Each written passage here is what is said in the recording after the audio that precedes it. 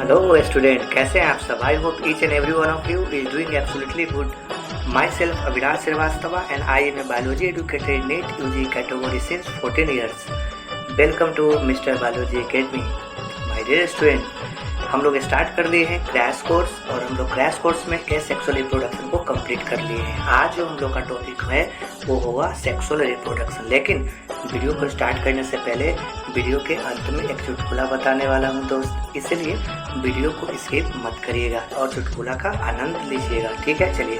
तो वीडियो पे आगे बढ़ने से पहले हम आपको कुछ मेडिसिन से रिलेटेड कुछ टर्म बताने वाला हूं. इसको भी दिमाग में रखिएगा, लेकिन पर्सनल लाइफ में इसे अप्लाई मत करिएगा बिना कोई डॉक्टरी परामर्श के. चलिए स्टार्ट करते हैं वीडियो को. बाबू, अगर किसी भी मेडिसिन के कंपोजिशन में माइसिन वर्ड आता है, कौन सा वर्ड आता है? माइसिन वर्ड आता है. ठीक है, तो आपको समझ लेना है कि ये वैसा दवाई का ग्रुप है जो एंटीबायोटिक है और बैक्टीरिया को नष्ट करता है. यानी एंटीबायोटिक है और क्या करता है एंटीबायोटिक? तो बैक्टीरिया को डिस्ट्रॉय कर देता है. अगर किसी बॉडी में बैक्टीरियल इन्फेक्शन हुआ है तो माइसिन कंपोजिशन वाला दवाई यानी आप एंटीबैक्टीरियल मेडिसिन का यूज कर सकते हैं, एंटीबायोटिक का यूज कर सकते हैं. कैसे पहचानिएगा एंटीबायोटिक है? तो लास्ट में क्या लगा हुआ रहेगा मेडिसिन के लास्ट में? तो माइसिन. मेडिसिन के कंपोजिशन के लास्ट में क्या रहेगा? माइसिन रहेगा. राइट. चलिए एग्जांपल मैं बताता हूँ आपको. आप सुने होंगे एरिथ्रल. ठीक है, जिसे हम लोग क्या बोलते हैं? एरिथ्रोमाइसिन. एरिथ्रोमाइसिन ये क्या है? तो आपका एंटीबायोटिक है. ठीक इसी तरह से हमारा इरिथ्रोमाइसिन. इरिथ्रोमाइसिन ये दवाई किस यूज में लाया जाता है? तो बैक्टीरिया को नष्ट करने के लिए. चलिए तो बाबू वीडियो को स्टार्ट करते हैं. आज हम लोग स्टार्ट करें सेक्सुअल रिप्रोडक्शन. ठीक है, पिछले क्लास में आप लोग को मालूम है कि सेक्सुअल रिप्रोडक्शन और एसेक्सुअल रिप्रोडक्शन के बीच में मेजर डिफरेंस ये है कि सेक्सुअल रिप्रोडक्शन में सेक्स भाग लेते हैं, अर्थात मेल और फीमेल गैमेट या मेल और फीमेल सेक्स भाग लेता है, जबकि एसेक्सुअल रिप्रोडक्शन में मेल और फीमेल सेक्स भाग नहीं लेता है. सेक्सुअल रिप्रोडक्शन में गैमेट बनते हैं. गैमेट किसको बोलते हैं? युग्मक. इस शुक्राणु और अंडाणु को क्या बोलते हैं? गैमेट. अर्थात इंग्लिश में बोले तो स्पर्म और ओवम को क्या बोलते हैं? गैमेट बोलते हैं. ठीक है, तो गैमेट मेल में बनेगा मेल गैमेट, फीमेल में बनेगा फीमेल गैमेट. पहली बात तो मेल फीमेल अलग अलग होते हैं. क्लियर हो गया? मेल अलग है फीमेल अलग है, उसमें गैमेट बन रहा है. नहीं तो ऐसा भी हो सकता है कि मान लीजिए केचुआ, अर्थवर्म. अर्थवर्म में यहाँ पे मेल है यहाँ पे फीमेल है, तो यहाँ से भी मेल गैमेट बनेगा और यहाँ से क्या बनेगा? फीमेल गैमेट बनेगा. इसमें क्रॉस फर्टिलाइजेशन होता है, वो आप आगे देखेंगे. तो यहाँ पे बॉडी क्या है? सिंगल बॉडी है और सिंगल बॉडी पे ही मेल गैमेट और फीमेल गैमेट बनता है. क्लियर? तो बाबू, तो गैमेट का मतलब होता है युग्मक हिंदी में, और गैमेट किसे बोलते हैं? तो दिमाग में दो चीज़ को दौड़ा लीजिए. कौन किसे बोलते हैं? तो स्पर्म और ओवम को. स्पर्म और ओवम को हम लोग जर्म सेल भी बोलते हैं दोस्त. क्या बोलते हैं? Germ cell. तो चलिए स्टार्ट करते हैं सेक्सुअल रिप्रोडक्शन. बाबू, सेक्सुअल रिप्रोडक्शन क्या है? तो इट इज ए रिप्रोडक्शन. आइए हम थ्योरी पढ़ते हैं, ध्यान दीजिए. It is a reproduction that involve formation of male and female gamete. यह वैसा रिप्रोडक्शन का विधि है जिसमें क्या होता है? फॉर्मेशन होता है. किसका फॉर्मेशन होता है? तो मेल गैमेट और फीमेल गैमेट का. यस, तो हम तो सेक्सुअल रिप्रोडक्शन बोलेंगे ही बोलेंगे. बहुत बढ़िया. लेकिन वो gamete either by the same individual, वो गैमेट या तो सेम इंडिविजुअल के बॉडी पे बनेगा, मतलब अभी बताया ना मैंने, एक ही इंडिविजुअल है, यहाँ पे मेल गैमेट बन रहा है यहाँ पे फीमेल गैमेट बन रहा है. और नहीं तो by the different individual of the opposite sex. नहीं तो एक मेल होगा और एक फीमेल होगा, अपोजिट सेक्स होगा, एक मेल अलग होगा फीमेल अलग होगा, और उनके बॉडी पे बनेगा क्या? गैमेट बनेगा. क्या बनेगा? गैमेट बनेगा. समझ गए?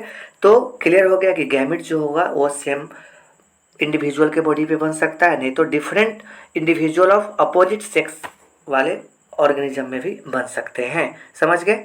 क्लियर? चलिए आगे बढ़ते हैं. It result in of spring. आपको मालूम है कि सेक्सुअल रिप्रोडक्शन होगा. ठीक है, गैमेट बना है तो सेक्सुअल रिप्रोडक्शन होगा. भाई गैमेट का ट्रांसफर होगा ना, सेक्सुअल कांटेक्ट के द्वारा ट्रांसफर होगा. ट्रांसफर होने के बाद फर्टिलाइजेशन होगा. फर्टिलाइजेशन होने के बाद क्या बनेगा? ऑफ स्प्रिंग बनेगा, संतान बनेगा. It result in the offspring that are not identical. समझ गए? वो जो संतान बनेंगे, जैसे पहले बच्चे बन गए, दूसरे बच्चे बनेंगे, फिर तीसरे बच्चे आएंगे जब. ठीक है, तो जितने भी बच्चे बनेंगे, जितने भी संतान बनेंगे, वो आपस में क्या होंगे? डिफरेंट होंगे, वेरिएशन आएगा उसमें. समझ गए? अरे भाई आप 2 3 4 भाई बहन है ना, सबके सब क्या है? अलग अलग है. लेकिन एक ही गुलाब के प्लांट को काट के 3 4 टहनी लगा दीजिए तो क्या हो जाएगा? सब सेम टू सेम फ्लावर को पैदा करेगा. है कि नहीं। तो उसमें क्या होगा, ये सेक्सुअल रिप्रोडक्शन हुआ। और हम लोगों में क्या हो रहा है, सेक्सुअल रिप्रोडक्शन। तो सेक्सुअल रिप्रोडक्शन में क्या होगा, वेरिएशन होगा। और जो ऑफ स्प्रिंग होगा, जो बच्चे बनेंगे वो नॉट आइडेंटिकल, वो फोटोकॉपी नहीं होंगे दोस्त। किसके फोटोकॉपी, या तो एमोंग देम सेल्फ, खुद में। अगर 2-3 भाई बहन है तो आपस में सब अलग अलग है, रामू अलग है, श्यामू अलग है, गीता अलग है, सीता अलग है, सब अलग अलग है। इवन रामू, श्यामू, गीता, सीता वो अपने मम्मी पापा से भी नहीं मिलते हैं, है कि नहीं। क्लियर हो गया।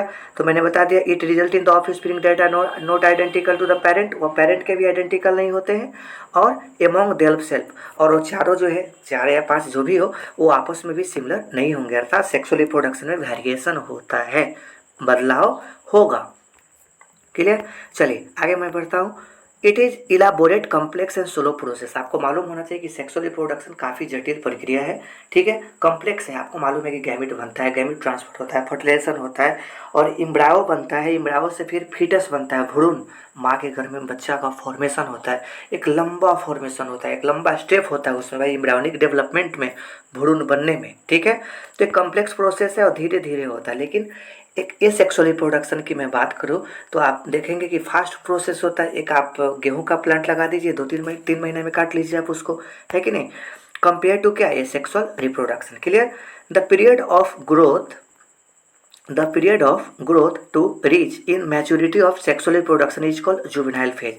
जुवेनाइल फेज क्या होता है, जुवेनाइल फेज को हम लोग हिंदी में बोलते हैं किशोरावस्था। क्या बोलते हैं दोस्त, किशोरावस्था। किशोरावस्था किसे बोलते हैं, तो मान लीजिए कोई बच्चा का जन्म हुआ, या कोई प्लांट आप लगा दीजिए, दोनों में से कोई एक समझ लीजिए या दोनों समझिए, ठीक है। तो वो प्लांट क्या होगा, धीरे धीरे धीरे धीरे बड़ा होगा। अरे भाई बड़ा हुआ कि नहीं, अल्टीमेटली एक टाइम आएगा जो प्लांट बड़ा हो जाएगा, उसमें से फूल निकल जाएंगे। फूल निकल जाएंगे तो हम सब लोग को समझ में आएगा कि भाई वो प्लांट हमारा क्या है, फल देने के लिए तैयार है, यानी वो पौधा मैच्योर हो चुका है। ठीक उसी प्रकार से एक छोटा सा बच्चा वो धीरे धीरे धीरे धीरे बड़ा होते चला जाएगा। धीरे धीरे उसमें क्या आएगा, दाढ़ी मूछ आ जाएंगे, ठीक है। उससे मेल सेक्स ऑर्गन का डेवलपमेंट हो जाएगा, स्पर्म बनना चालू हो जाएगा, है कि नहीं।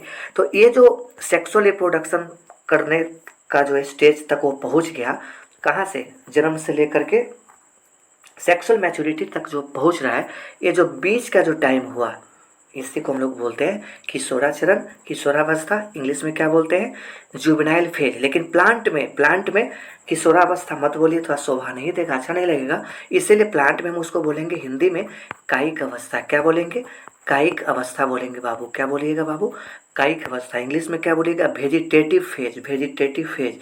याद रखिए। तो प्लांट में जो ग्रोथ होगा वो क्या होगा, होते जाएगा, और एक ऐसा टाइम आएगा जहाँ से फ्लावरिंग होगा, होगा कि नहीं। तो ये जो पीरियड ऑफ ग्रोथ है, ये जो प्लांट ग्रोथ कर रहा है, ये जो डेवलपमेंट कर रहा है, उसे क्या बोलेंगे, वेजिटेटिव फेज। और एनिमल में क्या बोलेंगे, जुवेनाइल फेज। क्लियर, कोई दिक्कत नहीं है, समझ में आ रहा है कि नहीं। चलिए समझ में आ गया। चलिए आगे बढ़ते हैं हम लोग, आगे देखते हैं एक और फेज जो मैंने अभी आपको क्लियर किया। रिप्रोडक्शन जहाँ से स्टार्ट होता है, यानी सेक्सुअल मैच्योरिटी को अटेंड करता है, मतलब जहाँ से अगर उसकी शादी करा दी जाए वो बच्चा पैदा कर सकता है। तो वो फेज क्या होगा, तो वो फेज हमारा होगा बाबू, क्या होगा आप बताइए। तो वो फेज हमारा होगा रिप्रोडक्टिव फेज। कौन सा फेज होगा, रिप्रोडक्टिव फेज। तो आइए हम लोग देखते हैं रिप्रोडक्टिव फेज प्लांट में कैसे पहचानिएगा कि रिप्रोडक्टिव फेज है। प्लांट में फ्लावरिंग का आ जाना, फूल खिल जाना ही रिप्रोडक्टिव फेज की पहचान होती है। क्लियर। चलिए भाई, चलिए हम लोग देखते हैं क्या आगे है। क्या, in higher plant the flowering indicate. देखो बाबू मैंने जो समझाया यहाँ पे लिखा हुआ है, हायर प्लांट में जो प्लांट बड़े होते हैं उसमें क्या है, flowering indicate the end of vegetative phase.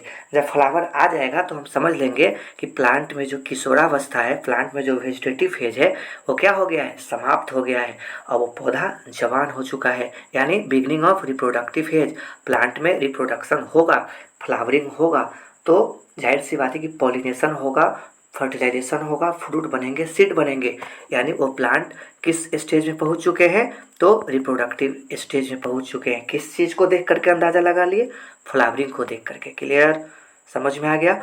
और एक और फेज होता है जिसे हम लोग बोलते हैं सेंसेंट फेज। कौन सा फेज होता है, सेंसेंट फेज। इसको हम लोग बोलते हैं वृद्धा अवस्था। सेंसेंट फेज को क्या बोलते हैं, वृद्धा अवस्था, सेंट फेज बोलते हैं, या वृद्धावस्था, जीर्णावस्था। सेंसेंट फेज क्या होता है, ओल्ड फेज क्या होता है, ओल्ड फेज वैसा फेज होता है जीवन का, लाइफ साइकिल का, जिसमें क्या होता है कि व्यक्ति या इंडिविजुअल रिप्रोडक्टिव पोटेंशियल खो देता है, जनन बच्चा पैदा करने की शक्ति क्या कर देता है, खो देता है। धीरे धीरे उनके बॉडी का जो ऑर्गन्स है वो उनका फंक्शन डिटेरियोरेट कर जाता है, स्लो डाउन हो जाता है, स्किन झुरा जाता है, आँख से कम दिखाई देता है, बीपी वगैरह उनको लो हो जाता है, हार्ट का पंपिंग एक्शन घट जाता है कि नहीं। तो ये जो तमाम जो चेंजेज आते हैं ओल्ड स्टेज में आते हैं और अल्टीमेटली वो मर जाते हैं। इस फेज को हम लोग क्या बोलते हैं, आप बताइए? सेंसेंट फेज बोलते हैं। क्लियर? चलिए, इतना समझ में आ गया।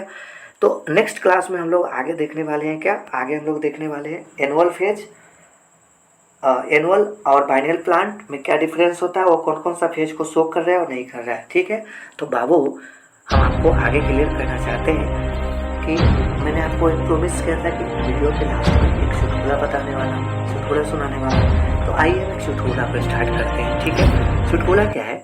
ये अध्यापक ने एक छात्र से पूछा, बताओ शाहजहां कौन था? छात्र, जी सर, वो एक मजदूर था। अध्यापक, कैसे? छात्र बोलता है, आपने ही तो कहा था सर शाहजहां ने कई इमारतों को का फॉर्मेशन किया था। समझ में आया ये शाहजहां का चुटकुला? अगर आपको फनी नहीं लगा तो फिर नेक्स्ट क्लास में हम आपको मिलते हैं फनी चुटकुला के साथ। ठीक है, तो जो लोग इस वीडियो को देख रहे हैं लाइक शेयर और सब्सक्राइब करना नहीं भूलिएगा।